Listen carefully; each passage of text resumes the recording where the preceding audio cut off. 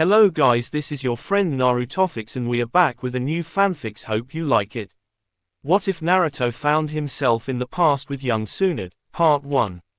And if you enjoy this fanfic then please press the like button and subscribe to my channel Naruto 11 for more fanfic like this. And now let's start the wonderful fanfic. Months after Pain's utter destruction of the village, the villagers, both citizen and ninjas, were working on rebuilding the village. Tents were set up outside of the perimeter, while the buildings were getting put together. Construction workers from other nations traveled to the destroyed Konoha site to help rebuild and provide the necessary supplies to get the job started. Moments later we see somebody making hundreds of shadow clones to quicken the pace of constructing the village. He had blonde spiky hair, tanned skin, and 6 identical whisker marks on his cheeks, 3 on each. Because of his condition his canines and nails were longer than usual, making them fangs that'll poke out of his mouth and claws. Also the pupils in his ocean blue eyes were slitted making it fox-like in appearance. He continued to wear his orange and black jumpsuit. When the villagers witnessed the mass creation of blonde shadow clones, they cheered for their hero, shouting things like, "Our blonde hero has finally arrived," and "Hooray for the hero of Konoha." Some even walked up to him and asked for his autograph. Usually this would make Naruto blush in embarrassment, but after months of continuous praise it started grating on his nerves. He had things to do and these people continued to interrupt his plans. "Please people, I'm very busy. I only created the clones to lend you a hand while I was on my to do my own thing," he said, walking between the villagers thinking about just what he was going to do. After nearly going 9 tails against Pain and meeting his father face to face, he decided to search for his father's estate to collect what was his. He had thousands of clones searching all around high on Kuni. His father mentioned something about his house being near a mountain. His clones checked the Cage Mountain already and found nothing. But also considering his father's Harashin technique, the house could be anywhere in the entire continent. Hell, it could be in Awagakur for all I know, which would be weird. He shook his thoughts away and focused on the job at hand.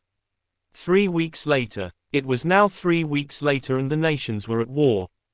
Of course Naruto wasn't told, but he still knew. After all, he has gotten smarter and more calmer. Right now he was in a giant turtle. He was given a mission to study and file some animals.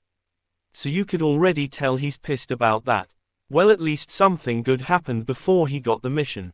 He found the house of his father around 2 weeks ago. It was on top of a mountain, a couple of miles away from the Valley of the End. He climbed the mountain using nothing but his hands, as physical training of course. "I could still remember how pissed I was," the blonde thought as he sat next to a tree to begin meditating for a while. Flashback 2 weeks ago. The blonde was currently climbing a mountain. His clone informed him his father's house was near the peak. He was suffering from a mild case of nostalgia, due to the house being a couple of miles away from the Valley of the End, where he had his first true fight with someone he used to consider his brother. His head peeked over the top of the mountain, and he pulled his body over the top. He was confused how someone would put a house so far up a mountain, or how they even got the supplies up here. He was currently looking over the side of the mountain. He could barely see the ground. Suddenly a bolt of lightning passed right by his ear. Some of the bolts touched his ear, causing it to become numb. He turned around to see fireballs coming at him. He swiftly dodged, using chakra to quicken his movements. He ran forward at the regular house that was firing the techniques, but it was difficult when spikes made of earth rose from the ground under him. He didn't know how, but purely on instinct he focused chakra on the bottom of his foot, until the chakra actually became solid, and stood on the spike as it rose up. He hopped from one spike to another like this, until after the 5th hop he landed on the ground.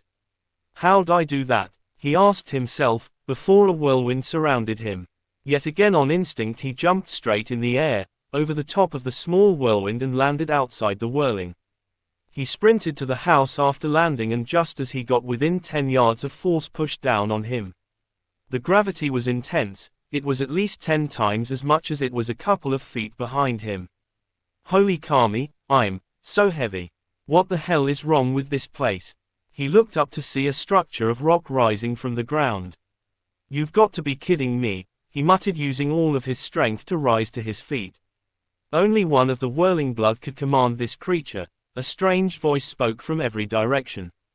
The blonde didn't have time to freak out because the golem charged at the teenage shinobi, not having a problem with the gravity effect. The blonde was immediately punched out of the area, landing an inch from a spike. Naruto held his chest in pain. He was surprised his heart didn't pop because that hit hurt like hell. He looked up to see the golem coming at him, except this time he was even faster. Oh, I see, without being weighed down, the rock head could move faster, great. Naruto thought, rolling to the side, causing the golem to miss its punch and completely destroy the spike. Not wasting any time, Naruto dashed back to the area where he knew the gravity effect would be in place. Might as well get used to it. I could use this as furthering my physical training, he said as he felt himself being weighed down again. He jumped back as the golem struck with an overhead axe strike. Naruto then jumped as high as he could when the golem threw a wide haymaker. He landed on the arm, but when the arm stopped he kept going and he was flung from his position. His face collided with the floor and he yelled into the ground. His danger sense told him to roll, and since it saved his life so many times in the past he rolled over. Just in time, because the golem's fist was in the ground. Now on his back he reached into his pouch and grabbed an exploding note and threw it in the boulder's face. Katsu! He yelled as it exploded. He used this time to rise to his feet and make a run for the house. Without even going a full meter his right foot was grabbed. He looked back to see the golem was without a scratch. This is going to hurt, he mumbled as he was lifted into the air and slammed to the ground. He coughed blood as dust rose around him. This cannot be the way it ends. I need to think of a way to put an end to this torture. He became angry, and when a small amount of Kyuubi's Yuki entered his system he began to yell. You fool, stop using my chakra. The blonde stopped the flow of demonic chakra, causing the pain to stop. Don't use my chakra again, there's something different about this place, and the use of demonic chakra causes serious pain. Remember that kanji we seen carved in the side of the mountain on th. Way up here. Yeah, it said, Shin, meaning pure, so I guess anything that deals with malice or hatred would get rejected painfully. Right, you need to find another way to deal with the rock. The blonde nodded as he felt himself being lifted into the air, getting an idea. As he came out of the cloud of dust he finished his last hand sign, here, eat the only lightning technique I know, Raiten, Reitosho. Almost immediately a series of lightning bolts came out of Naruto's hands. The blonde knew that Earth was tremendously weak against lightning techniques. He was proved right when the golem exploded, causing rocks to fly everywhere. He landed on his back with a smile on his face. It's over. He panted. This time he was proved wrong when the structure began to repair itself right before his eyes. Oh come on, really, he said as he began to remember what he heard earlier. Only one of the whirling blood can command the creature. Does that mean only an Uzumaki can take control of the golem? He said to himself as the golem in question was fully put back together. The walking boulder began walking toward the blonde genin. Stop! The blonde yelled, causing the golem to falter in its step. This angered the blonde. I command you to stop. This didn't do anything as the golem continued. I said be still. Naruto yelled, 1 because he was angry with the golem and 2 because he was feeling pain worse than when pain stabbed him with all of those rods. This had the most effect as the golem stopped. Now go back to wherever you came from. The golem nodded and began breaking, the ground absorbing it. After the last rock was absorbed Naruto dropped to his knees, the fight finally over. After a while Naruto rose back to his feet and began walking towards the house. Well, at least you can move easier. Yeah, that's because I had to fight a fucking structure of rock. I guess you can do anything when you have to fight for your life, even if it's withstanding gravity 10 times the ragu. Amount. After reaching within 5 yards of the house a hologram of his mother and father appeared in front of him. He took a step back in shock and surprise. He was more surprised when the holograms vanished. Thinking it was a genjutsu he pressed his fingers into the ram seal and muttered, Kai, sending a pulse of chakra in all directions. He watched shocked as places in the air became distorted and just inches around the house, telling him there was some kind of barrier around the house and also where the jutsus came from. After his revelation he stepped forward, bringing the holograms of his parents back, Hey son, I see you found the house and got past the golem. That's your Uzumaki blood at work there. I was a little nervous with the idea, but I can tell, you activated the lost bloodline of the Uzumaki. Wait, bloodline? What bloodline? I have a bloodline. Unfortunately, I have no idea what the bloodline is supposed to be. All I know is that there was another with it. Kushina stopped talking. Another Uzumaki with the bloodline, but who is it? I'm the only Uzumaki in the world, the last of my kind. QB, did you find anything different about me yet? He asked his tenant. Nope, nothing at all. Sorry kid. Wow, look at you, you sure have grown. What are you, 13? Maybe you're 14 years old. I remember when you were just born, you were so small, you could fit in my hands. The hologram of the Yondaime said, holding out his hands. Naruto grew angry as the speech progressed. It seems that he was supposed to inherit his parents' place when he turned 13. He clenched his hands into fist, his nails digging into his skin and nearly drawing blood. So how does it feel being a genin? I see you're wearing the Konoha Hate 8 proudly. Minato finished his speech. At this point Naruto just walked forward, his nails drawing blood. It wasn't even a second later when blood pooled inside of his hands before it seeped through his knuckles, running down his fist and dropping onto the floor. Calm down kid, weren't you on the training trip with your sensei, during that time period? And besides, who in the village would even know about your family's private house? Nobody, that's who. Now calm down. Naruto had reached the door to his house, not paying attention to his hologram parents. He did calm down, after hearing his tenant. He grabbed the knob to the door. When his bloody hand touched the knob, seals that on the knob spread out and soon covered the entire house. This little even also cancelled the barrier around the house and his parents' holograms. He entered the house to find that it was a regular house. It had a couple of chairs and a table in the middle of the living room. The kitchen, although spacious, didn't contain a lot of food. There was only 2 bedrooms, his parents' and the other wasn't entirely finished with the decorations. He could tell though that it was supposed to be his. He found a door in the small hallway and opened it. Well, he tried to open it, he realized there was a seal with the kanji for blood in the middle. He looked at his hand, the previous blood that covered it was gone, having wiped it on his pants, and the wound healed thanks to the fox. He slid a claw over his palm, bringing fresh blood. He pressed the hand to the door, watching it light up for a while before he heard a click and the door slid open. He watched his palm heal before walking in, finding a very large amount of scrolls on fuinjutsu, ninjutsu, and genjutsu. He looked around and even found some taijutsu and kenjutsu scrolls. After an hour in the library, he left hundreds of clones to learn every single thing they could. Because let's face it, as he didn't have a chance to survive in this war. He also needed to find a way to defeat the remaining Uchiha. He stood outside of the house, getting ready to make his way down, with the thought of his mysterious bloodline on his mind. Release flashback. Naruto looked around scoffing as Kiribi wrote lyrics in a little notebook. He needed to find a way of this island. He was getting tired of all of the animals and he's only been here for a couple of hours. What kind of S-rank mission was this? Taking care of and categorizing the animals on this island. Sometimes he hated his village. Yo 9, let's go tame yo beast, the big dark-skinned Kumo ninja said. The blonde glanced at the Hachibi container. Sorry B, but I've got my own agenda, he said using a body flicker. He appeared at the peak of the Turtle Island. His headbands, tails, were blowing east with the wind. He knew he was in the coast of Kumo, and if he knew his geography, the way back home would be south. He focused wind chakra to his feet and jumped as far as he could, using his newfound skill in advanced wind manipulation to help himself glide in the air. It wasn't long until he landed on the water, half a kilometer away from the island. He didn't stop there. He focused his secondary element to his feet and vanished in a spark of electricity. Since Konoha didn't want him to fight in the war, he was going to have to go solo and face Madara himself. He had dozens of clones looking at seals at his house. He knew the man could make himself intangible for a duration of time, by putting his body in another dimension. He just didn't know how long he could stay in that little pocket dimension. So he needed to create a time-controlling seal, something that nobody has achieved, ever.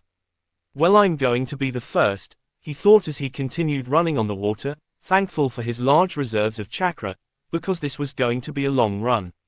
Several hours later, after running for hours, Naruto was beginning to get tired of running. Constantly using lightning-converted chakra to make him go faster than he could ever dream of doing with regular chakra, was starting to really drain his chakra. He looked around and noticed a small chain of islands were near. It was time to take a break anyway. Maybe he could use the time to check up on his time seal. He walked on the little shore and dropped into a meditative position and tried to speak with one of his clones, hoping he could from this die. Stance. Boss, do you? Naruto heard in his head as his clone's voice was zoning in and out. The blonde shook his head and stood up and moved to a closer island and repeated the process, getting the same transmission. He continued to do this until he gave up and just got back to running. After an hour he saw a cruise ship, a boat civilians take vacations on. It was perfect as they were going the same way he was. Now he could relax and restore lost chakra. But not at the moment, as he has yet to board the ship. He stealthily jumped on the side of the ship and poked his head over the railing. The first thing he saw was a beautiful civilian teenaged girl stretching before she got in the pool. She was bending over, her fingers touching her toes.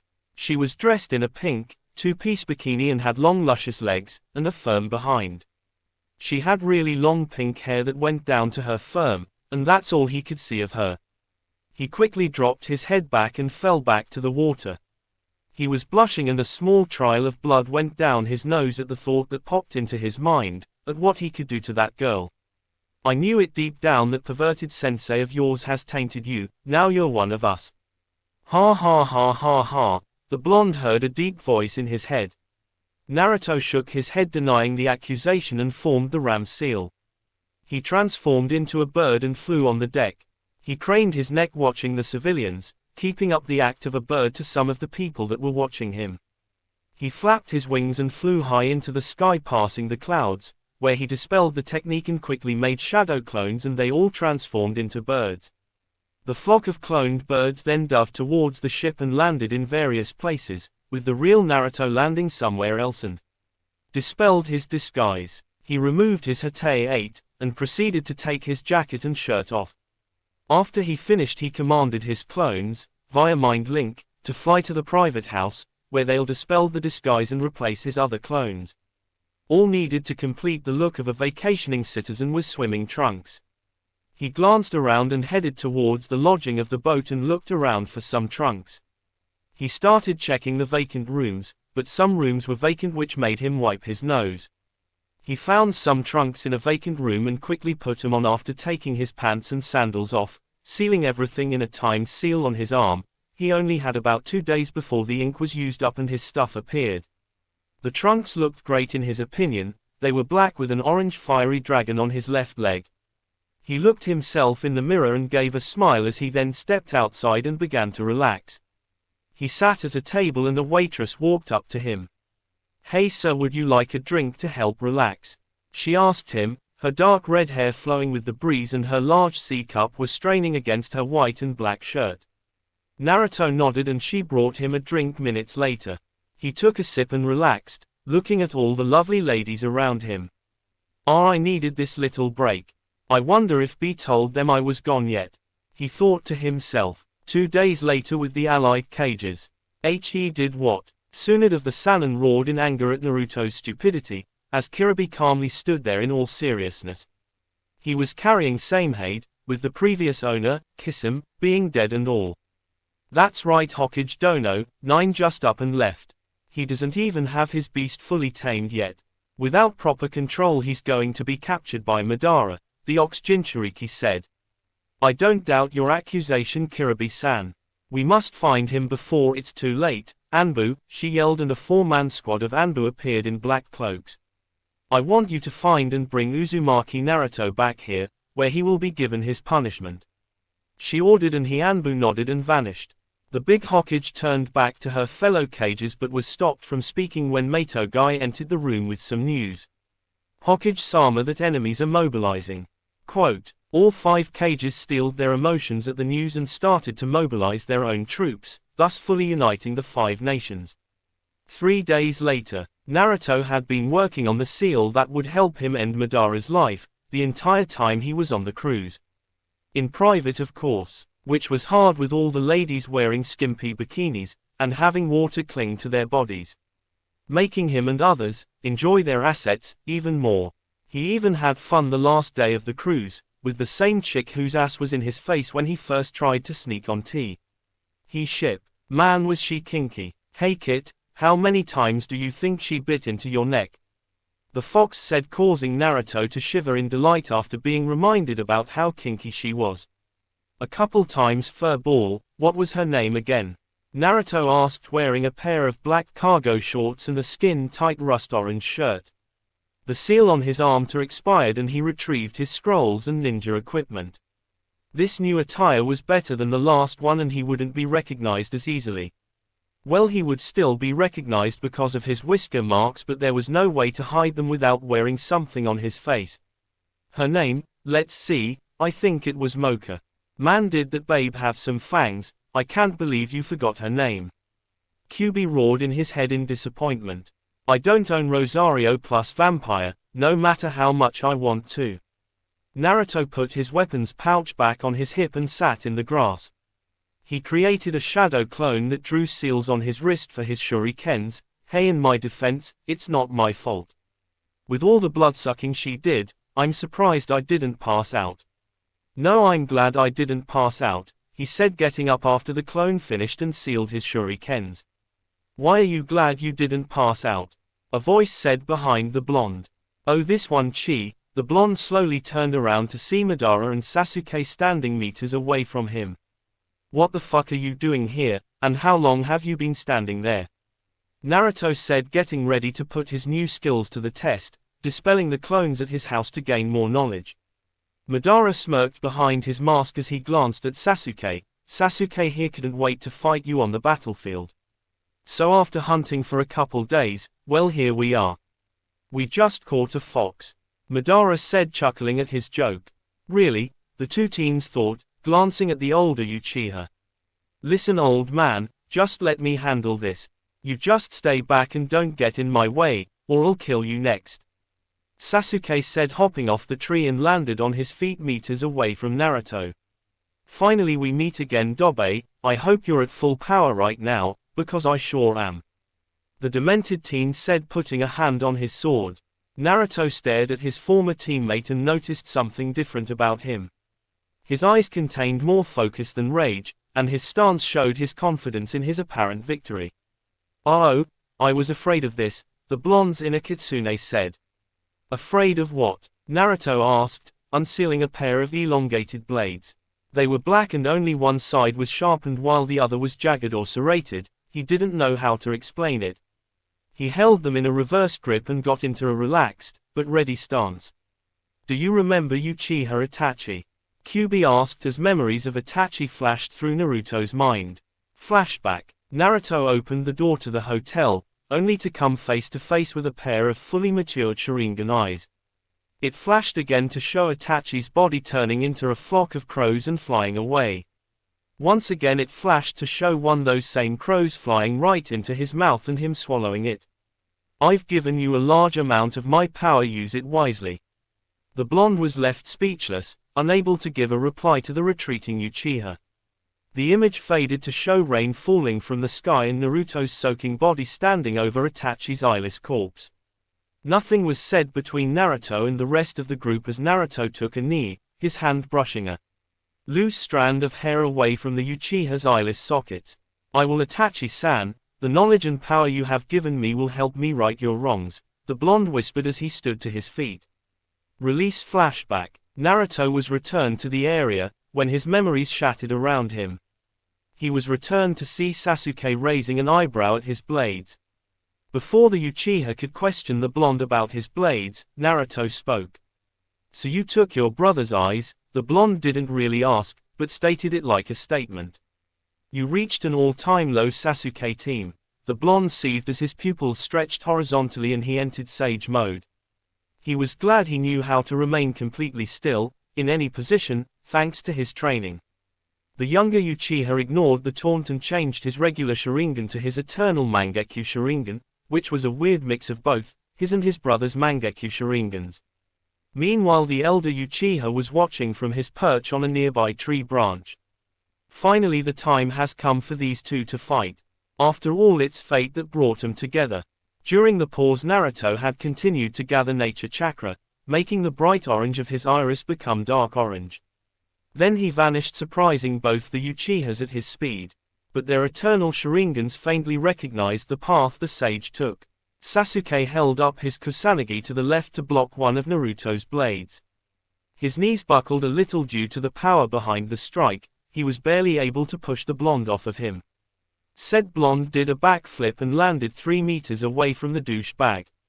The Uchiha felt liquid on his cheek and lifted his left hand to his left cheek and looked at the liquid on his fingers. Blood, but how? He muttered. His eyes darkened and a twisted smirk appeared on his face.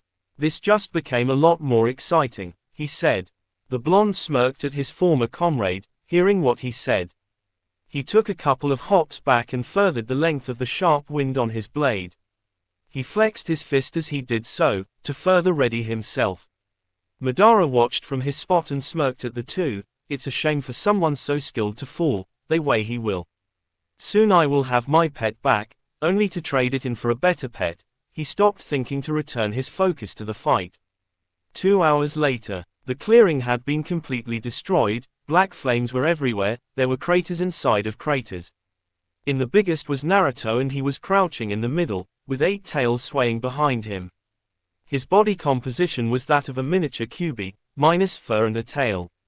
On the floor in front of the mini Kitsune was Sasuke. The life in his eyes were gone on and his body was completely missing. T's right side. The young Uchiha's blood was spread all around the battlefield. Instead of taking full control of Naruto, the fox stayed true to the deal he and the blonde made long ago and returned the control to the team. The physical makeup of the fox's body twisted and turned in different directions, and minutes later it resembled that of a human. The 8 tails morphed and contorted and converged to form 2 tails. Seconds after that, the very dense Yuki removed itself from the blonde's body, causing the Genin's sea loathers to be revealed. Or what was left of the attire. The shirt had been ruined by countless Chidori senbons and various fire techniques. Madara stood half a kilometer away because of the destructiveness and longevity of the fight, had destroyed the area they were fighting in. I'm surprised young Naruto killed his best friend. Of course Sasuke had no intention of holding himself back, and had no doubt about wanting to kill his rival. But Naruto, of all people, coming out on top, what kind of training did he put himself through since the 3 months ago? Madara began walking towards the epicenter of the destruction, watching the blonde carefully. The weight of killing his friend would soon cross his mind. Naruto looked down at the remains of his old friend. His eyes started to slightly burn and his weary body forced him to his knees.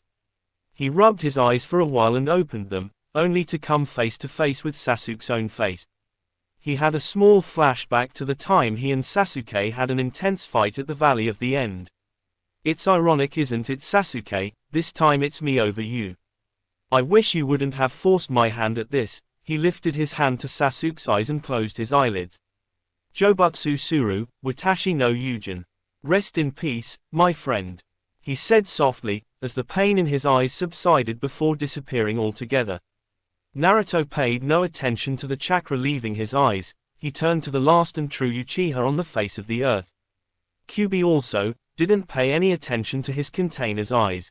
Listen brat, you still have to get rid of the man's annoying ability. Make the seal, be careful, because he won't let you, the Kitsune said. The blonde barely heard a word the fox said, but moved to do what he was planning to, which was to fortunately make the seal. The teen smirked and formed a cross seal with his fingers, Taju Kage Bunshin no Jutsu. He muttered and summoned 1,000 clones that with the Kyuubi's single-tailed cloak, charged at the Uchiha. The elder was smirked and begun to show the blonde just why he was feared. If he had just become intangible and rushed the original, it wouldn't have ruined his fun. The original Naruto used his enhanced speed and hightailed it out of there. Seconds after he left, a large column of black flames shot up in the air. The memories of his clones made him work faster on his seal. Halfway through the seal, Madara appeared behind him and tried to take his head off. It would have happened if Naruto didn't sense the man at the exact moment he appeared. He began jumping backwards, still drawing the seal as fast and as best as he could. He was cursing himself for spilling sake on his previous dimension seal, a couple of hours ago when he was on the cruise. He would have made another one, but yeah, Mocha happened. Madara pursued his target and fired multiple fireballs and even a couple of air bullets at said target. The blonde dodged some of the techniques and used his tails to swat the Uchiha's body away, along with the rest of the techniques. The swat caused the man to bounce and skid along the ground. The blonde chuckled. These Uchiha did not know how to predict the movements of his chakra tails. He knew as soon as Madara recovered from the attack he was going to be pissed about it, just like Sasuke was, so he started gathering chakra in front of him. His ears twitched and he ducked, barely avoiding a bladed fan. He turned and kicked the man in his chest and rolled on the ground, thankful that he didn't mess up any of the ink for the seal. He resumed gathering the chakra and before he knew it he was finished charging up. He compressed the ball of chakra and ate it. Madara got back to his feet. He wasn't Naruto to retain his reflexes even after just fighting Sasuke. Playtime is over, it's time to end this little game. Naruto roared his chakra beam at the Uchiha and watched in satisfaction when the man was vaporized. He kept it up for as long as he could, just to make sure. He only had the beam up for at least a minute. He stopped the beam and dropped to his knees, dropping his paper and ink brush on the floor, where the ink began to travel along the paper. He had finished the seal, but what he didn't know was that it wasn't how it was supposed to be. Panting, he looked up to see Madara standing in the same spot, without any damage to his body. He suddenly gasped when his twin-tailed Yuki cloak dematerialized and he was left without the power of the Kyuubi and Sage mode. He grabbed the paper, not looking at it, and charged towards the Uchiha, using lightning chakra to quicken his pace.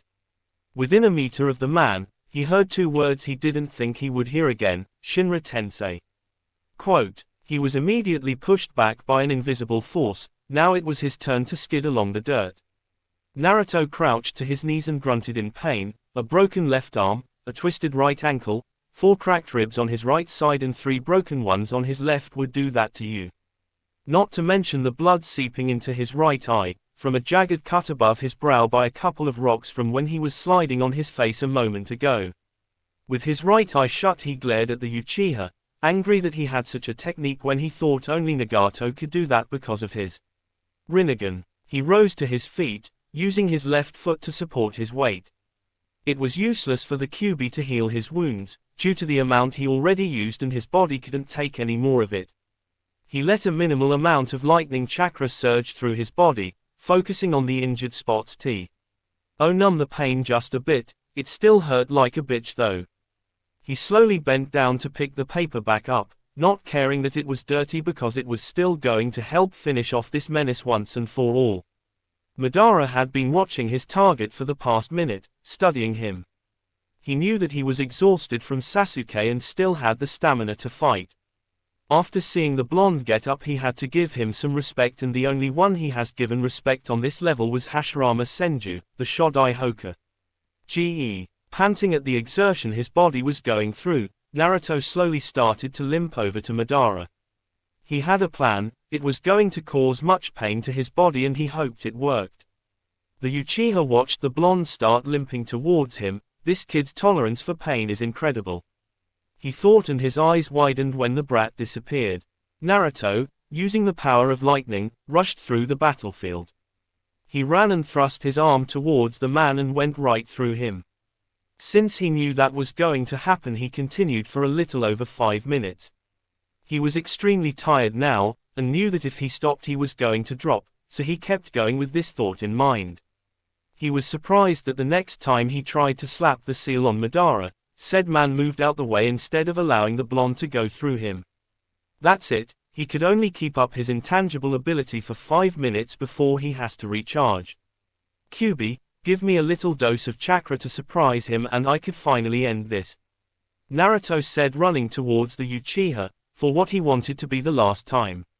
Madara was carefully dodging the blonde now, and he was suffering from some anxiety since he was now vulnerable to his attacks. He was having a flashback to when he fought Conan, except this time he wasn't going to sacrifice his last remaining Sharinganai to use as a Nagi. If he did that, all his planning would be for naught, as he needed a Sharinganai to cast onto the moon for his Moon Eye plan. He would have used Shinra Tensei again, but he was inexperienced in using the Rinnegan, and because of that he could only use it every 5 minutes. He was going to do it now, but became surprised when Naruto went even faster than he was already going. Naruto appeared in front of the Uchiha in half a second and charged up his seal, ready to slap it on Madara's chest. The Uchiha was surprised that instead of the seal being placed on him, a blinding flash of light occurred right in his face.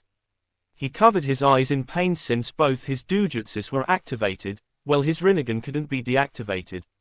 He opened them to find nobody around him. He couldn't even feel Naruto's chakra around, none of it.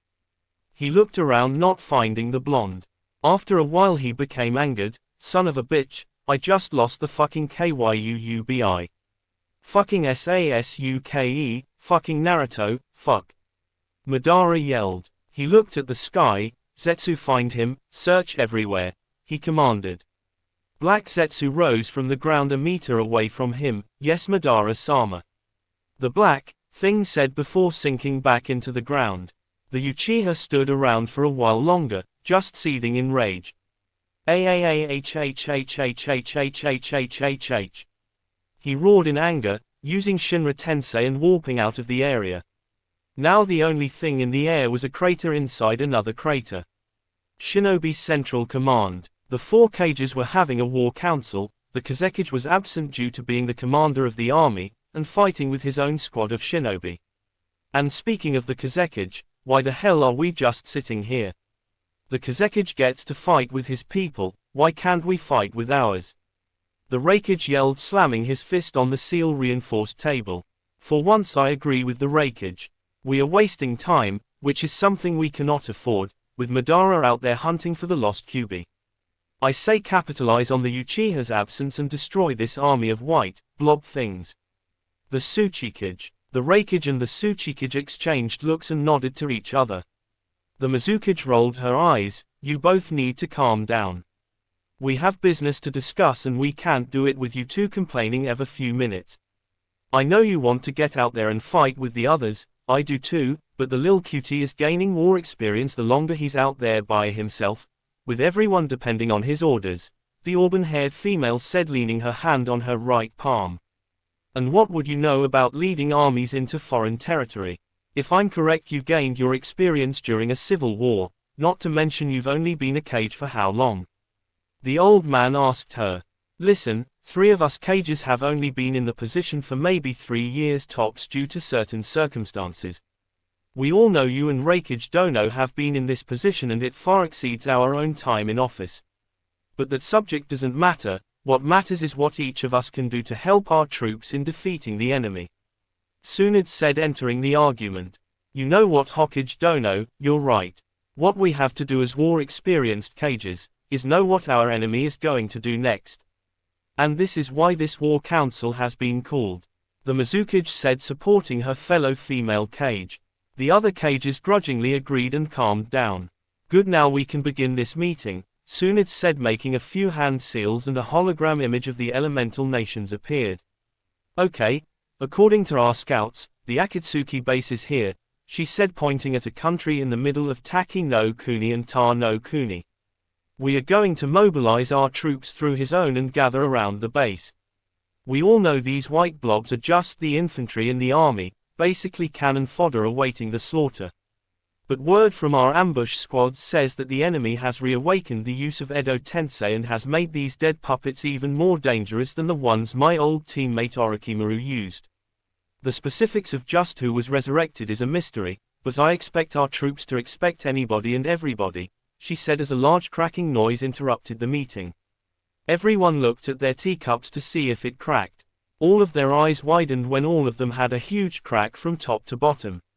It was a second later when the cups broke completely in half and the tea flowed out of the cups and onto the desk. They didn't pay much attention to the liquid because soon after that they all began to hear a rumble that shook the room. They looked in the middle of the desk to see a swirling ripple began to distort the air. Knowing who was appearing, they each stood up. Soon Madara appeared, ki leaking from his very soul, causing the 4 cages to sweat a little at the actual weight of the intent. This ki is more heavier than the last time we fought. The Sandaime Tsuchikage mumbled under his breath. They each rose their head in confusion when they heard speaking. Where is he? The crazed Uchiha spoke menacingly. Tsunade gasped. Who? She simply said as anything else would cause her to faint.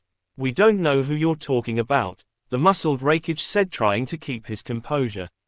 Don't lie to me, he yelled, pushing the cages to the walls of the room, not using Shinra Tensei, but with the force of H's chakra. Each of the cages hit a separate wall. My hip, yelled Unoki as he felt the pain of a broken hip. The one-armed Raikage didn't feel anything from hitting the wall thanks to his dense muscles. But he did get ready for a full-fledged fight. The Godai Mizukage slid to the floor, the wall behind her melting from the excess chakra she was leaking from her body. Tsunade hit the wall but wasn't allowed to slide to the floor as she felt herself being pulled by an unknown force. Her hazel-brown eyes was met with both the Sharingan and Rinnegan eyes, which surprised her. Tell me where you hid Uzumaki Naruto. I'll leave this timeline at this point, there's no point in continuing it.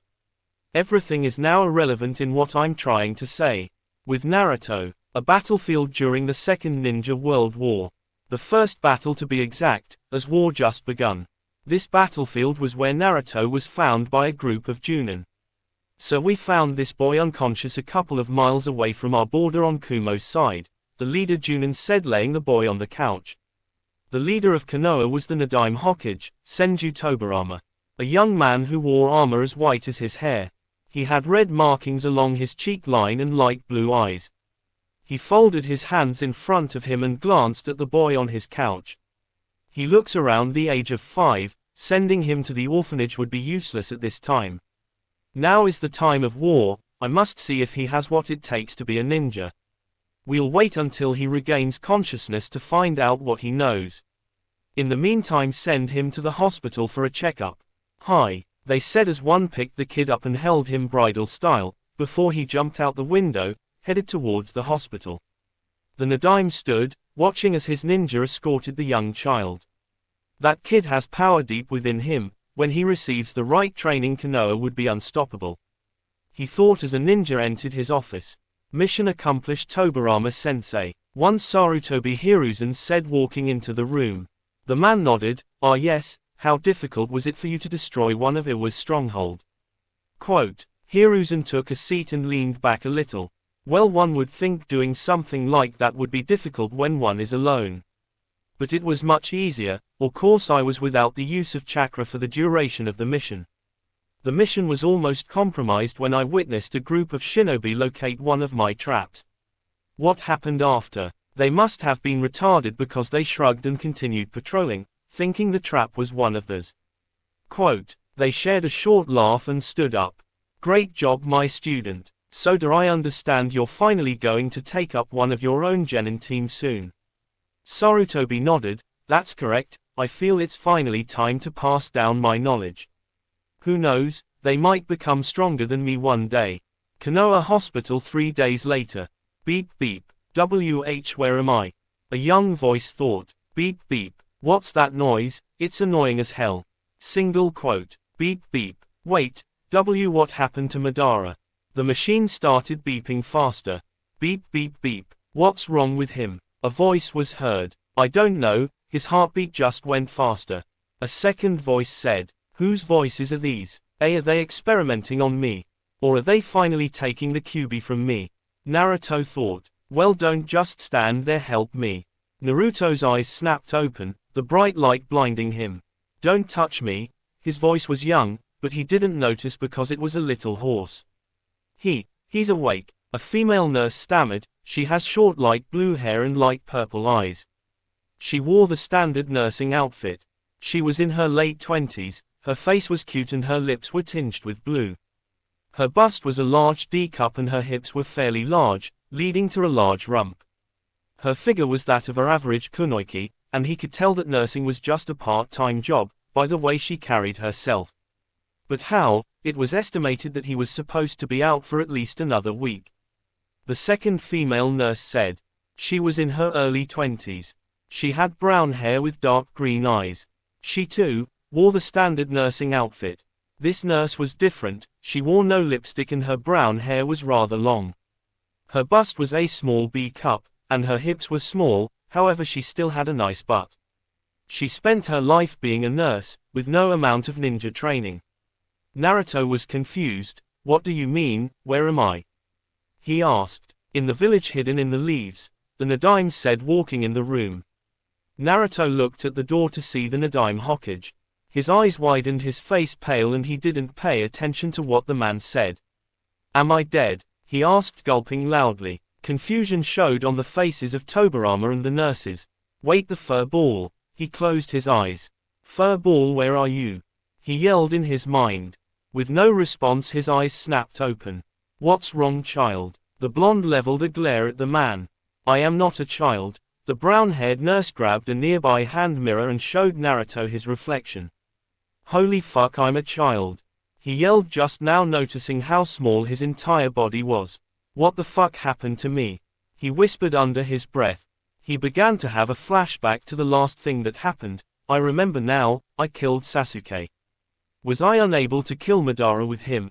He then began to remember his friend. Sasuke, I'm sorry again for having to take your life. His eyes began to burn like the time after he killed Sasuke. The blonde began to furiously rub his eyes, causing the nurses to panic. What's wrong with your eyes, child? The purple-eyed nurse asked. They're burning, the blonde answered the question. The senju moved closer to the boy. Show me your eyes, he spoke sternly. Naruto spent the next 2 minutes rubbing his eyes, before the pain started to lessen. He slowly began to open his eyes, causing the Hokage to reel back in shock. What's wrong? Naruto asked curiously. Your eyes. The sight of the surprised Hokage surprised the occupants in the room. My eyes. Naruto thought, terrified about what he might learn. He reached for the mirror on his lap and slowly rose it to eye level, keeping his eyes closed. After taking a deep breath, he opened his eyes. The first thing he saw in his new eyes was the ripple-like pattern effect around his pupil and a light purple iris and sclera. Ah, damn it, that explains why my eyes were hurting. I have the Rinnegan, he muttered. Naruto sat in a classroom, inside of the Academy for Ninjas in Training, a week after resting in the hospital. Of course he had been questioned by the Nadaime about where he had come from, but he feigned ignorance about his origin. Since, obviously he had no clue about how he had even got here in the first place. And what's worse, he had to attend the academy, yet again. He didn't want to go to the academy again, but Tobirama had already spoke with the sensei about his enrollment, so it was out of his power. The blonde was obviously agitated. Back in his time, history was his absolute worst subject, more so than math. And now he's back in time, so you can obviously see his dilemma. I hate history, I hate history, I hate history, he continued to say in his mind before a dim light bulb went off in his head. Wait a minute, I am history, he thought as tears came to his eyes. He fought back a sniff as the sensei walked in and began writing on the board. The blonde had met with the sensei a couple days ago, when the man had visited him in the hospital when the Hokage had first spoke to him. Of course nothing was said about his bloodline, as absolutely none of them had an idea about where it came from, excluding Naruto, who had an inkling about where it came from. Said sensei was a man, a Junin, judging by his Junin-style flak jacket. He was in his early 20s, he had black hair and a serious look on his face that wasn't worn when he met with Naruto. My name is Uchu Ryoko. As you know, we are at war with 2 of the 5 great nations, consisting of both the Wagakur and Kumogakur and a couple of small insignificant villages. We have our newest ally Tsunade to help us, but the tide in this war could easily be shifted when Mizugakur gets forced into the conflict. Whatever side they join would have the upper hand in this war. But fear not, for we are in the village of Konoha, and if we survived the last war we can definitely survive this one, he said, his face softening up as he pumped his fist in the air. The students responded in kind and pumped their own little fists. Even Naruto pumped his fist, his national pride not wavering with the time travel. Now let's begin with introductions, starting with you. Ryoko said, pointing at Naruto. You didn't tell me your name when we met in the hospital, but now, he said smirking, introduce yourself. Quote, the blonde stood to his feet. Hello fellow classmates, my name is Uzumaki Naruto. I don't know where I came from, but I do know that I was found about 15 miles outside of Hai no Kuni. I don't know who my parents are, but all they left me is my name. He said, telling them half of the truth, since until recently all he had from his parents was his name. The teacher held his hand up, stopping the blonde from continuing. That's enough, child, all I wanted was your name. He said, studying him as if he had heard that name from somewhere. It was at the tip of his tongue, but he couldn't remember. He dropped the issue and focused on the class as a whole. Now, as this is a new batch of students, I would like each of you to stand and tell me your name. He said, pointing to the first student. Naruto began sitting down. He looked around the room, before he noticed a blonde girl staring at him. She looked oddly familiar as his blue eyes bore into recognizable hazel eyes. He turned his head and looked out the window. Listening to the students begin to tell the names caused his mind to drift. When that happened, he began to think about his possession of the Rinnegan and the disappearance of the Kyuubi. He remembered reading his mother's journal. It said that this ancient bloodline only came to the most unique of the Uzumaki clan. But Nagato had it. Did that mean that he was an Uzumaki? And what exactly happened to the Kyuubi? Naruto thought as his ears picked up the calling of another student. My name is Senju Tsunade, she simply said as she sat back down. Naruto focused on the class, and there she was, the same girl that he had shared a short staring contest with. Now that he got a second look, he could completely recognize her. She was a young, really young version of Tsunade. She had the same light blonde hair, except it was shortened in a small single ponytail. She was wearing a gray shirt that didn't contain any assets, unlike the one she wears when she gets older, that contains just about the biggest pair of marshmallows known to man. Her hazel eyes were filled with both the love of living with her parents and her grand uncle, who was the Nadiamon Con. Fusion about the blonde across the room. Her pants were dark green and she wore basic ninja sandals. When he began to feel amazed by her young looks, he shook his head and forced himself not to slap himself. Of course she was young, she was only 5 years old. She really did look like a complete contrast of the Tsunade he knew and loved. But now presented with the opportunity to witness the growth of Tsunade was making him not regret coming back in time. He shook his head again. Stop thinking about your surrogate mother like that, he said in his mind. But this opportunity is the best that ever happened. Maybe now she could become more than a mother, he thought again as his inner pervert began fighting his outer righteousness. He stopped his inner battle when he heard Jiraiya introduce himself. He looked the same, kind of. The only difference was the red marks on his cheeks were non-existent. He also doubted the kid was a lecher like his older self. Ero Sennin, Naruto thought, keeping tears from falling from his eyes as he looked at his sensei. And then it was Orochimaru. Either Naruto's mind was playing tricks on him, or did Orochimaru actually look kind in appearance? And the polite way he introduced himself was way too sophisticated. The blonde scowled, thinking it was a trick, as Orochimaru could never be nice. The scowl left his face only for it to be replaced with a temporary surprised visage at seeing the legendary Sannin so young and weak, at the moment.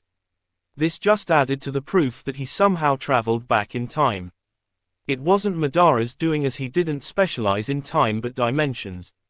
Wait, does his time-space ninjutsu count? Naruto thought offhandedly. Alright class, that's enough for today. I expect you here tomorrow for a much longer day, when I will begin your training, he said, seeing some of his students groan in displeasure. Now, none of that. This war demands more ninjas to fight our adversaries, and that's where I come in. I'm here to whip you children into battle-ready ninjas, he said, dismissing the class, his students looking forward to enjoying their last peaceful day. Naruto walked out of the class with a thoughtful look on his face. His inner furball hadn't said a single thing or even made a single noise since he came to this time. Hey furball, are you in there? The blonde yelled in his mind. No answer, just like the other times. Maybe he needed to go into his mindscape and confront the giant manifestation of chakra. But now wasn't the time to worry about the fox. Now was the time to find a place of residence since he couldn't stay in the hospital forever, no matter how nice the nurses were. He headed to the only place where said residence was going to be given to him at his age. Naruto appeared at the Hokage tower, realizing that with the memory, his skills also remained. The blonde was beyond ecstatic. He didn't have to worry about staying in the academy, if he already had the same skills that prevented him from losing the fight against Sasuke and lasting as long as he did against Madara. That made him think about the past as he walked into the building. No, not the past, the future, but also his past, or future. Naruto shook his head of the confusing thoughts and walked into the office with a beastly grin. "Hey old man." Tobirama looked at Naruto with a shocked look on his face. The other occupant in the room chuckled at the greeting. "It seems he's more exuberant than you led on, Tobirama-sensei." The young sage looked at the other occupant to see a far younger version of the grandfather figure in his past life. "Gigi," he thought, keeping the grin on his face and preventing tears from falling to the floor. "Naruto-kun, what have I told you about calling me that? I'm not even old," Tobirama said, resting his chin on one of his hands. Naruto smiled at seeing both of his Gigis. "Well, compared to my age, you're pretty old," he said, smiling wider. "We do have about a 25 gap in our ages, unless you're not 30 like you told me," he said, slightly bouncing on the balls of his feet. Hiruzen looked at the young sage in slight amazement. "Are you sure you're only 5? He said, chuckling at his own question. "Oh, you have no idea." Naruto thought, smiling even wider in that was possible. Tobirama let out a big sigh. Forget about what his age could be. "Ooh, where are my manners? Naruto, this Sarutobi Hiruzen. Me and my brother have taught him everything he knows. Hiruzen, this is Uzumaki Naruto-kun, the child I told you about." Sarutobi looked at Naruto in thought. Naruto-kun, do you know anything about Uzumaki Mito?" he asked, getting a confused look out of the blonde. "Never mind, Naruto-kun, forget I asked you," he said, leaning back into his chair, keeping his other question out of his mind since it wasn't his business. Tobirama could see that the child didn't have an idea about anybody from his own clan, so he decided to change the subject. "So Naruto-kun, what are you doing here?" The blonde looked at the cage. "I don't have a place to stay. I came here to ask for an apartment for myself." The two adults looked at Naruto before sharing a look. After a short second they began to laugh. This irritated Naruto for obvious reasons. "Why are you laughing? This isn't funny," he yelled with his Rinnegan blazing to life, radiating in anger, and a weird and dangerous silvery aura surrounded Naruto. The current and future cages stopped their laughter when they literally seen the misty aura appear around the oblivious blonde. "Calm down, Naruto-kun, we just find it amusing that a child your age wants to live by themselves, and sort of awkward. Now you're not staying by yourself," the Nadime said. The Rinnegan and the aura disappeared as Naruto let out a nervous chuckle. "Yeah, that is awkward, isn't it?" he said, rubbing the back of his head in embarrassment. "But, where else can I stay other th?" He stopped when he noticed the cage's smile was getting bigger the more he said. "You're not thinking what I think you're thinking, are you?" After a nod of the cage's head, the blonde shook his. "No disrespect, Hokage-sama, but I decline your offer," the blonde said, crossing his arms. Tobirama smirked at the blonde. "Nonsense, I've already completed the paperwork. All I need is your signature," he said, opening his drawer and taking out a piece of paper. "Here you go, just sign at the X's," he said, giving Naruto a pen. "I still decline, I don't want to impose on you and your family," he said, leaving the paper in front of him.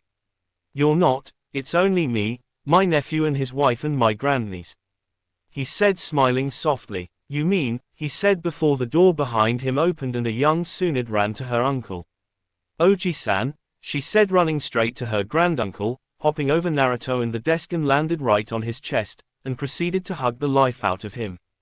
"Oomph," he grunted as Tsunade landed on his chest. "Su-chan, how was your first day at the academy?" he asked. "Nothing really interesting happened, but there was this other blonde boy that had an even more interesting surname."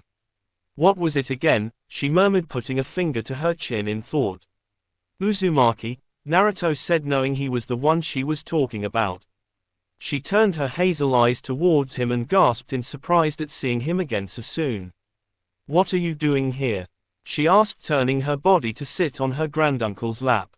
Naruto began to sit up slowly, remembering the temper Tsunade had from his time, and wondered, hoped it didn't come to the surface now. "Well, you see, there's a funny story about that," he said, looking at Tobirama, silently asking for help. "Really a funny story, can I hear?" she asked, oblivious about his odd behavior. "Well, you see, Tsunade-chan, Naruto-kun here is going to be staying with us," the Hokage said. "Why?" she screamed. "I didn't actually sign the paper yet, Tsunade-san," the blonde boy said.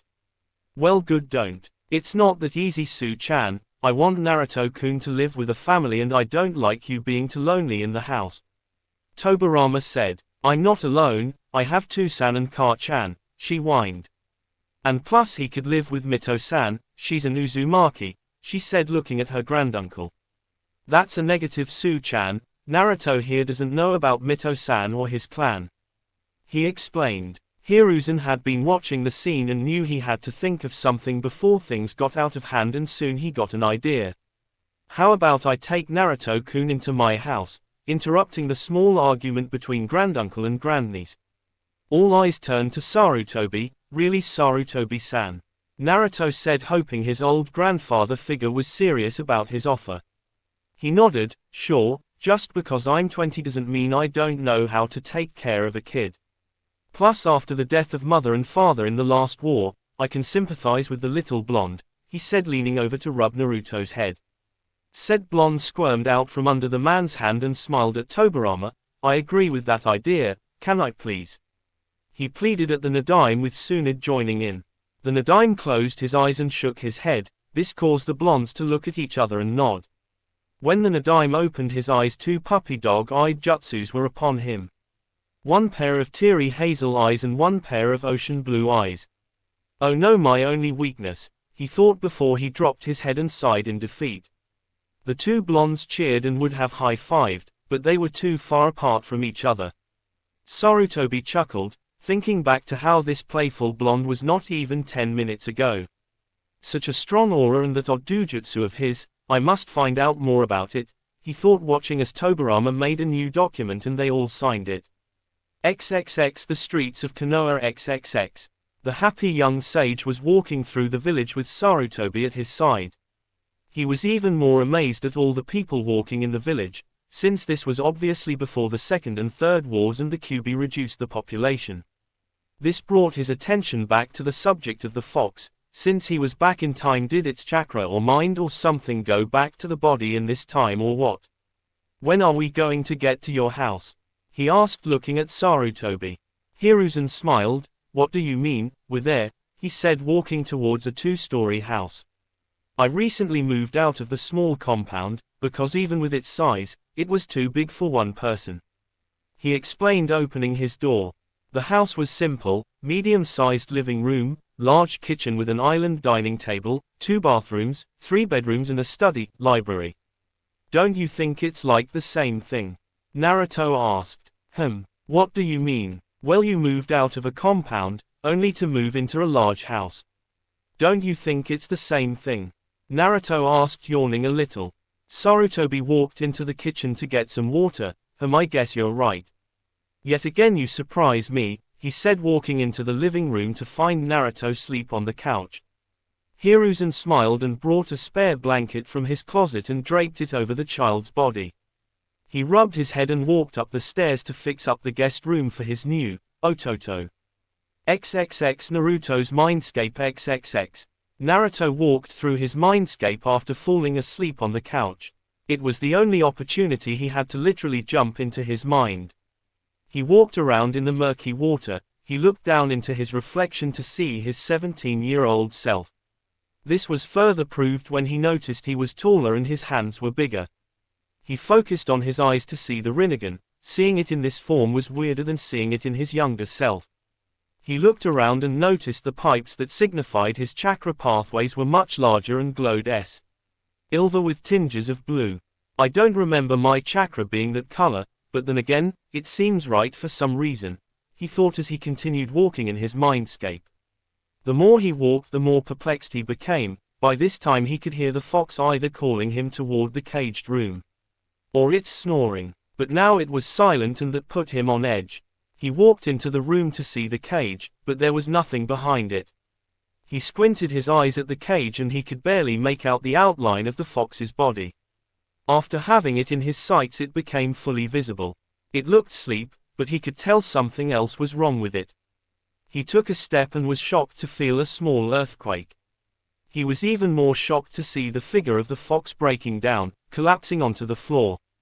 Soon all that remained was darkness, the remains of the fox fully disintegrated, and Naruto, who was completely speechless. "Sochi, is that you?" a voice asked from what seemed like everywhere. The blonde became alert and he jumped back and willed everything around him to turn to a sunlight clear ring, with absolutely no trees to hide behind. He looked around for the intruder, keeping the amazement off his face at the sudden change in the area.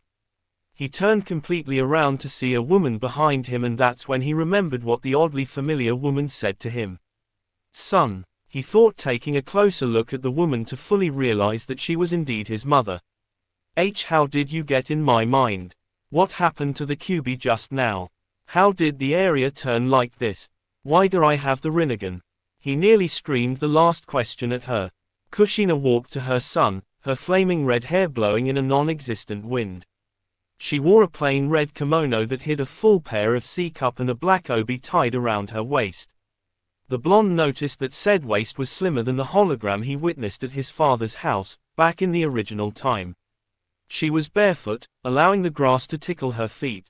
She smiled at the barrage of questions and tears prickled at the corners of her eyes, one question at a time.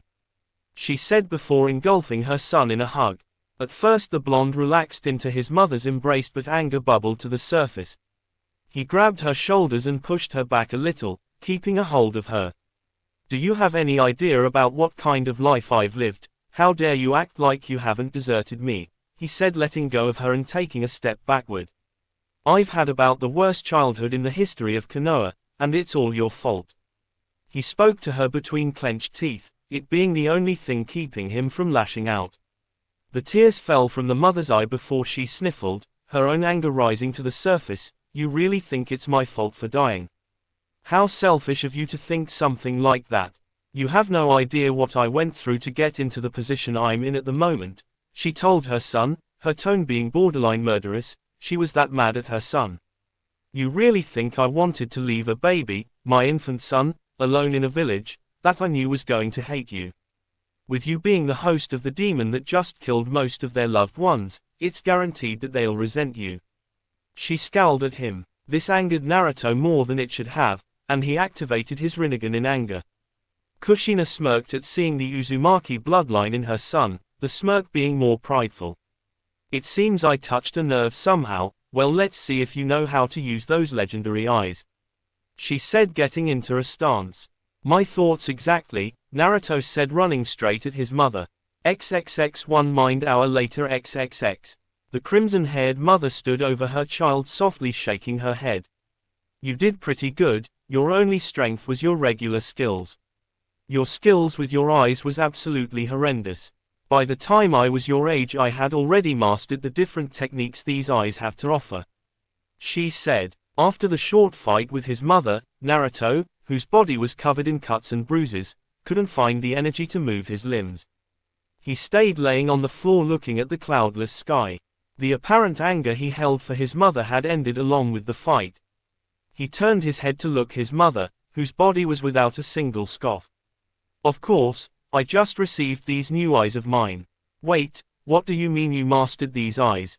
he asked, bolting to his feet, surprising his mother. How is he moving so soon after the beating he just endured? She asked herself. She was brought back to reality when she heard the question being asked again. "It seems you still don't understand," she said, shaking her head, before a force pushed Naruto back. Naruto's body was flung across the field, before it landed making a small crater. The blonde, yet again, watched the cloudless sky. "I am so tired of that technique," he thought as his mother appeared in his vision. "You see, son, these eyes only show up in a few shinobis of the Uzumaki clan. Only 5 others have ever had the privilege of having these eyes in the last 200 years.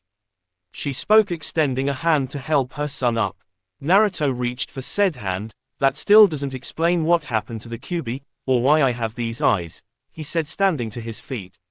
She shrugged her shoulders. Apparently you're of the select few, which is untold of. A parent with the eyes breeds another with the eyes. It's even more amazing that this happened. What happened to the Kyuubi, I have no idea.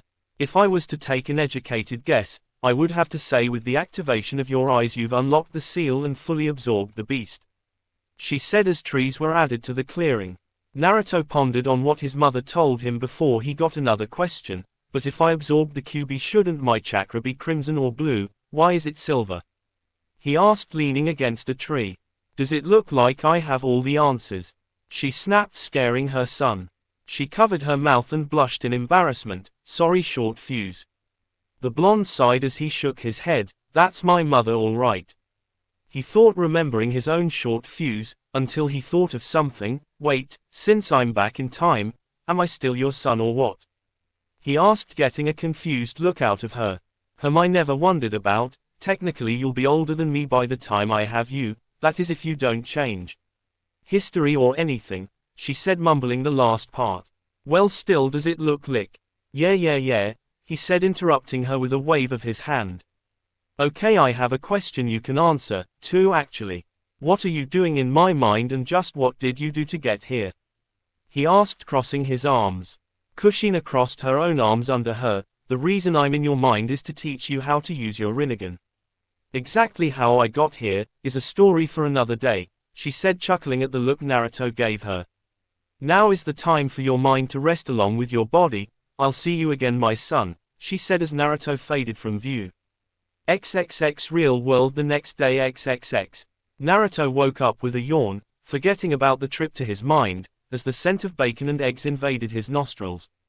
He looked around and found himself inside of a plain-looking room, laying in a bed far bigger than his body. He looked down to see that he was in the same attire from yesterday.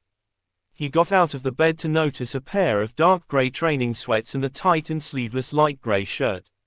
His stomach growled and he promptly took a quick bath and changed into the gray clothing. They felt a little loose on him, but he just shrugged his shoulders and walked downstairs. Thinking of a good prank, he lowered his chakra signature and stealthily sneaked up to Sarutobi.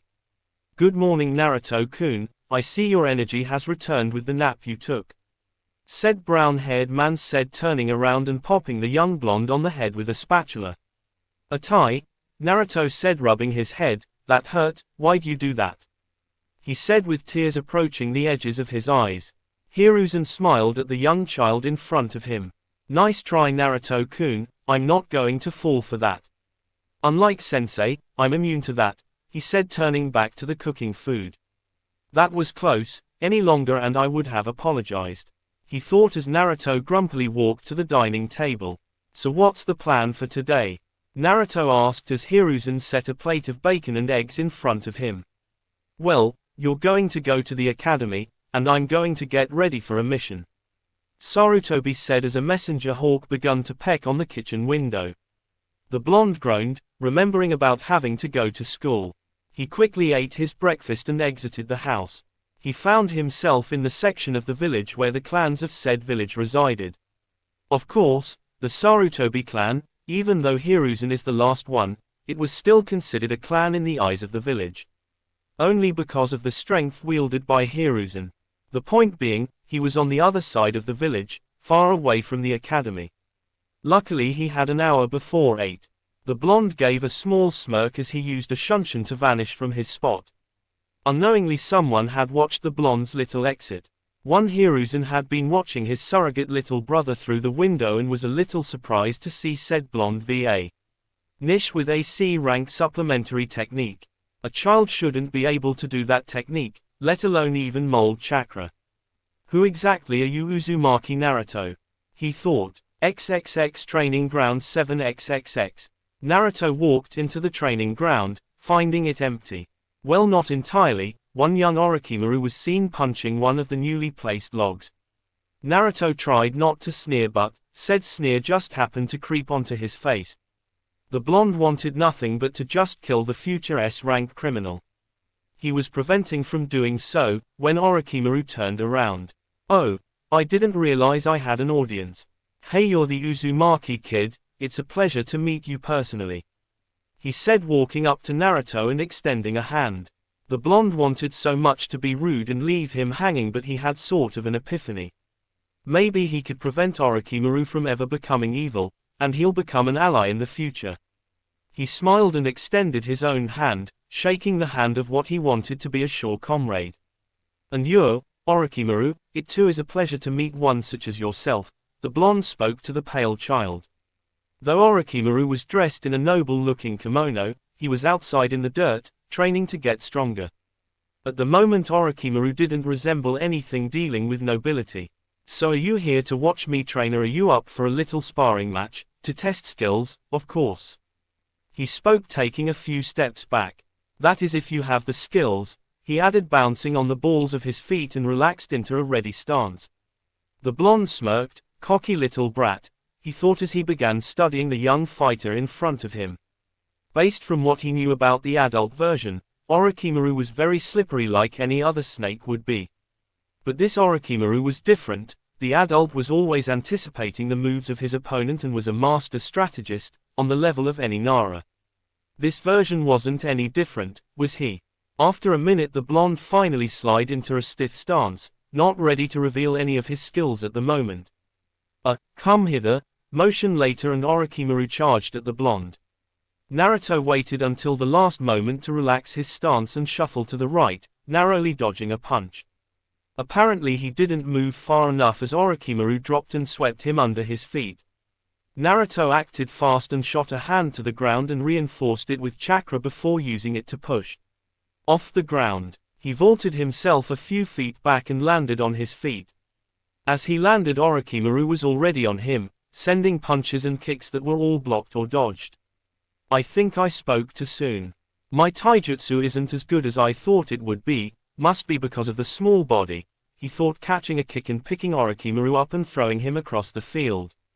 5 minutes have passed in the fight and Naruto could tell that Orochimaru was just getting started. With a few hand seals, 3 copies of Orochimaru appear. "Let's see if you can handle this," he spoke as the 3 copied children charged. Naruto smirked, letting his Rinnegan flash into existence only for a second. He himself charged, but instead of going for the one in the middle, he veered to the left and sent a punch that knocked the unsuspecting Orochimaru to the ground, the other 2 clones disappearing from existence. My Rinnegan was able to determine which ones were the fakes and which one was real in such a short amount of time. "I love this thing," he thought, staring at the boy on the ground. Other than a small amount of blood leaking from his lip, nothing else was visibly wrong with him. "Sorry about that, I got a little carried away," Naruto said, extending a hand. Orochimaru shook his head. "No apology needed, this just showed me that I need to work on my taijutsu more," he said, allowing Naruto to help him up. "And plus I just need to learn to dodge your wicked left hook," he said as they shared a laugh. "Well, I must be on my way, I don't want to show up at the academy looking like this," he said, trying and failing to brush the dirt from his kimono. "I see you later, Naruto," he said, running back to the village. Naruto sighed, looking down at his own gear. It wasn't as dirty as he thought it would be, maybe because he never hit the floor like Orochimaru did. He was a little sweaty though, but that was nothing. XXX 10 minutes later XXX. The blonde had been walking around for about 10 minutes before he found himself at a spot he spent a lot of time at. Except there was one important thing missing. Where the fuck is the Ichiraku ramen stand? He screamed in his head. Surely I believed Tsuki and Sarutobi were the same age, he thought as he witnessed a short boy walking with his father. Said father was walking the boy to civilian school, and Naruto's ears heard the words, "Are you ready for school, Tsuki-kun?" And a response, "Hi to-san." Naruto felt like pulling his hair out. He didn't know how long he'd last without the best ramen in the world not existing yet. Classic anime tears fell down his face as he solemnly trudged his way to the academy. With his current pace it took him a while to enter his classroom. As soon as he sat in his seat his head dropped onto the desk, sounding a loud thud in the class. The class wasn't full, but there were a few students in there, including Tsunade. They all watched Naruto not knowing what was the matter. When Naruto felt a hand on his shoulder, he looked up to see Orochimaru there smiling at him. "What's the matter with you? You should be happy you defeated me, because it won't ever happen again," he said, chuckling as he sat down. Naruto smiled. "Yeah, sure, because my win against you was a total fluke," he said with sarcasm practically dripping from his voice. Orochimaru smirked. "You damn rig wait," he said, his smirk dropping from his face as everyone heard a loud noise. The children turned around to see Jiraiya on his face and a wisp of smoke around him. Naruto looked at the wooden floor to see a long scratch from one of Jiraiya's getters. "Porero Sennin, I hope this doesn't get worse," the blonde thought as Jiraiya wiped his face and quickly appeared behind Tsunade, surprising the blonde at his speed. "Oh Su-chan, please don't pay attention to what just happened. You know you deserve only the best of entrances, babe," he said, taking the female blonde's hand and kissing it. Well, that would have happened if Tsunade didn't use righteous female fury to punch him, a hit that sent him out of the open window that was on the second floor. "I don't even know you, Lecher," she said, rising a fist at the open window. Naruto's eyes widened at the event. "Holy crap, it's just like always. Well, at least we weren't on the third floor." Naruto sighed, shaking his head. Shortly after, the teacher walked in the room with Jiraiya on his shoulder. "What just happened?" he asked, setting Jiraiya down. The white-haired child didn't have a scuff of dirt on him, except from when he fell on the floor and his bruised cheek. Sensei must have caught him. Everyone thought the same thing. "Well, long story short, the Dobe was being a pervert," Orochimaru said. Naruto cringed a little at hearing that word. "What do you mean? The year just started." Quote, Orochimaru shrugged his shoulders. "Be that as it may, I could already tell he's going to be deadlist this year." Naruto shook his head. "You never know, a deadlist could become a Hokage if he has the proper training," he said, knowing not to affect what happens to Jiraiya's training, due to him becoming a cage-level ninja in the future. "Really, you think I can become that strong?" Jiraiya asked with hope in his eyes. Naruto looked at Jiraiya, staring into his eyes, and recognized the look. The need for positive assurance, the look of determination and a hint of hope. The blonde remembered that Jiraiya was an orphan as well and needed this boost of self-esteem. With a nod of the blonde's head, Jiraiya smiled brightly and looked at his sensei. "I'm ready for whatever you throw at me," he said confidently. Ryoko's eyes went from Jiraiya to Naruto's. To think he had that kind of ability to bring anybody's self-confidence to the surface. A true morale booster, possibly leadership material. He smiled as he turned around and walked to the front of the class. "Excellent, I shall begin your training now. Trust me, you'll stop hating me when it's finished," he said vaguely as all the students took a loud gulp. "Oh please, how bad can it be? It's going to be a piece of cake," Naruto unknowingly thought out loud. It was too late as he realized his mistake. Ryoko smirked. "Oh really?" he said, chuckling darkly. XXX 1 year later XXX. Currently the blonde was evading the strikes of 3 students, Tsunade, Jiraiya, and Orochimaru. Each of the students were wearing dark gray training pants. Naruto was wearing a very dark orange shirt, Tsunade was wearing a dark green blouse, Jiraiya was wearing a dark red shirt, and Orochimaru was wearing dark blue shirt. Of course the colors had a purpose as Naruto dodged another strike and kicked Jiraiya in the stomach. "Red!" Ryoko yelled. The male blonde released a small sigh of release as he charged at Jiraiya, along with the rest of the participants. Tsunade was the first to approach Jiraiya, sending a punch his way. In desperation for his life, Jiraiya quickly formed a seal before the fist connected with his face. A wooden log replaced the white-haired child. A large dent with multiple cracks appeared on the dense log from Tsunade's punch. Jiraiya appeared in the air behind Orochimaru, kicking at his head. Said child used his snake-like ability and ducked his head under the approaching leg and twisted his body around and grabbed the other foot and slammed Jiraiya to the floor. Sadly for Orochimaru, the body vanished into another log. He couldn't react in time to dodge the next punch. Fortunately he was protected by Naruto, who caught the punch that would have connected with Orochimaru's head. "Amazing job protecting your teammate," the male blonde heard his teacher yell from the sidelines. Naruto didn't have time to congratulate himself on the praise as Jiraiya tossed him over his shoulder and quickly swept Orochimaru's feet from under him. Tsunade, who was about to punch Jiraiya, stopped as she heard her sensei yelled, "Blue." This time it was Orochimaru's turn to evade his classmates. He quickly pushed himself off the ground and formed the ram seal. Shortly after 8 clones appeared around him. "Which one is the real me?" he said. Jiraiya and Tsunade each turned to Naruto, who always could see through these kinds of tricks.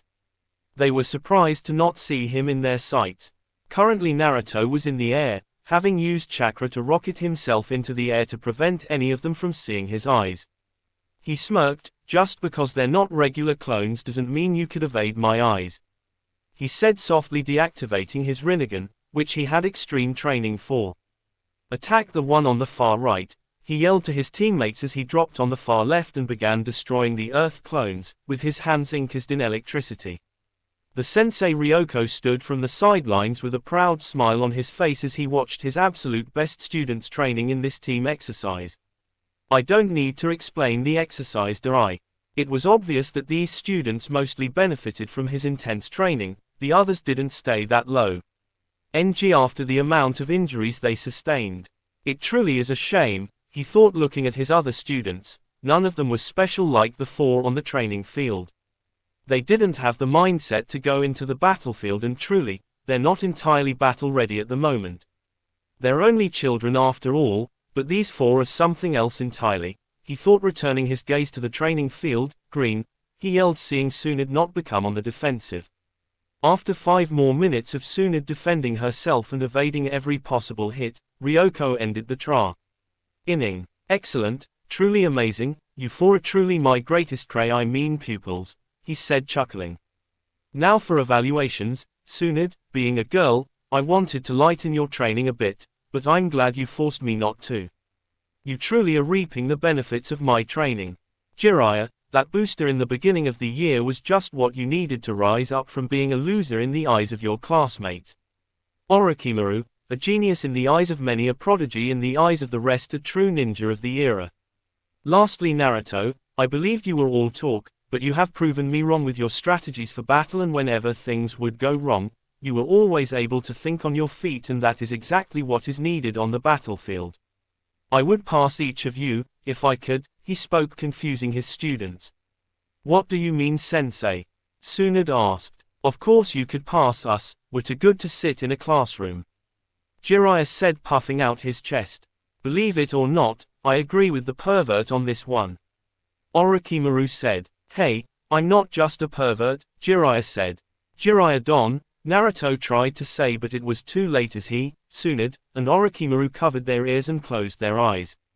"I'm a super pervert," Jiraiya yelled, with huge fireworks erupting out of nowhere. Jiraiya stood in a pose with the peace sign high in the air. Ryoko stood with a tick mark on his head. He promptly smacked the child in the back of the head. "What have I said about being an idiot?" he said, running a hand through his hair to relieve a bit of his frustration. He let out a huge sigh. "Like I was saying, I can't graduate all 4 of you unless you pass the graduation test in a few years. Also, never in history has there been a 5-man cell, so you 4 won't be able to be together anyway," he said. "Oh, I beg to differ," a voice was heard. "Hokage-sama," Ryoko said once he turned around to see whoever disturbed his class. What are you doing here, Hokage-sama?" he asked. The Nadaime and Sarutobi was seen walking up to the small group. "Oh, I was just in the neighborhood and wanted to check on my grandniece and her friends, when I heard what he said," he said, stopping in front of said girl to rub her head. "What exactly does that mean?" Naruto said softly, smiling, noticing the twinkle in his niece-san's eyes. "It means that I have decided to take all 4 of you as my students. Congratulations, you 4 will become legends," Hiruzen said, crossing his arms as Naruto cheered, taking his dark orange shirt off and tossed it in the air, before running at the professor. The shirt thudded to the ground with a loud thud. This didn't surprise the class, but it did surprise Ryoko. "Wait, Naruto, how much does your shirt weigh?" said Senshi said, walking up to said shirt. The male blonde inwardly cussed himself out for forgetting. 15 pounds like everybody else's," he said. Ryoko stared into Naruto's eyes. You're lying to me, he simply said, picking up the shirt.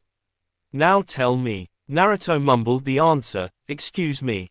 Ryoko asked. I said 55. The sensei shook his head. Do you understand how reckless that is? You could have injured yourself beyond repair with that much weight, weighing down your small body, he said.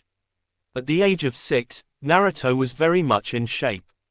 His body was very lean and muscular, with a little fat, from the large amounts of food he eats to keep his energy. He kept the perfect balance between muscle and fat. Sensei, he's not the only one. Jiraiya said. I myself have 35 pounds, he said, taking off his own shirt and tossing it behind him. A thud was sounded, like Naruto's. I as well, sensei, Orochimaru said, taking off his own shirt. Everybody stared at Tsunade. What? I only had 25, I'm not crazy like they are, she said, crossing her arms. And I'm not taking my blouse off, she added, glaring at Jiraiya. It's not like you have anything to hide, flat chest, he said, crossing his own arms. Tsunade growled. What do you expect? I'm 6, she said. And I'm going to kill you, Tsunade screamed, ready to use some female fury before Tobirama stopped her. Would y'all calm down, acting like a bunch of kids? Ryoko said, crossing his arms. We are kids, the 4 children said to their sensei. Oh yeah, I keep forgetting. Because 6-year-olds aren't supposed to be nearing Chunin level, he said with pride etched into his voice, since he did a major part in that. Well, we are a great pair of children, Naruto said offhandedly. Oh no, you Naruto-kun, you're different, I could sense there was something odd about you, apart from the other 3. Ryoko said, taking a small step towards the blonde male. What do you mean? I couldn't possibly be any different, Naruto said, hiding behind Hiruzen. Now that he's said it, Naruto-kun, I do believe I noticed something about you in the past year. You meditate for hours only to fall asleep after, you trained yourself continuously before and after school, like you were trying to regain something you lost, he said, scooting Naruto in front of him. I was going to, but I would like to see Ryoko-san test your skills. The blonde glared at Sarutobi before he turned his gaze to Ryoko. Can this at least wait until tomorrow, when I regain my energy? Quote, yeah, come on sensei, at least give Naruto-kun time to prepare for the fight, Tsunade said. And just because he's different doesn't give you any reason to try and fight him, Jiraiya said with anger in his voice. It is illogical to fight a child, you're a Junin for crying out loud, and he's only 6. Orochimaru said. If you fight him, you fight all of us, Jiraiya said, moving in front of Naruto, before being joined by the rest of them. Ryoko stopped. No, just look at your friend, he's ready for anything, he said as they looked at Naruto. The blonde had his head down, his bangs overshadowing his eyes. A smirk was on his face as he started grinning. You're right, Uchu-sensei, after all, deception is the most basic skill a shinobi must have. If you're really up to the task, how about I show you just how strong I am, he said, looking up, his Rinnegan eyes on full display. XXXO make first day of training XXX. Naruto was seen with what looked like a 15-pound boulder on his shoulders, while walking on a bridge of earth surrounded by water with water sharks lurking waiting for him. I may have spoken too soon, Naruto mumbled to himself as he began walking across the bridge, 1 foot at a time. On top of the boulder was Ryoko, further weighing it down. He was currently laughing his off. Do you fear my training now, Naruto-kun? Is it still easy for you, or do I need to up the ante? He said, laughing more. Naruto took another sturdy step. Why do I have to do this exercise, while everybody else only has a boulder? They don't have a bridge or nothing. You're a sadist, he said, taking another step. Naruto turned to the others. What are you still doing here? Run, this guy is crazy, he said, only for a kunai to drop from above and slightly cut his cheek before a whip came out of nowhere and hit his behind. Go faster, Naruto-kun, I thought you said it was going to be easy, he said, laughing again as he whipped Naruto again. You're crazy, he said as he went faster. It's a madhouse, a madhouse. If you like this fanfic, then please hit a like and push subscribe Narutofics 11 button for regular fanfics. Rise. Thank you guys.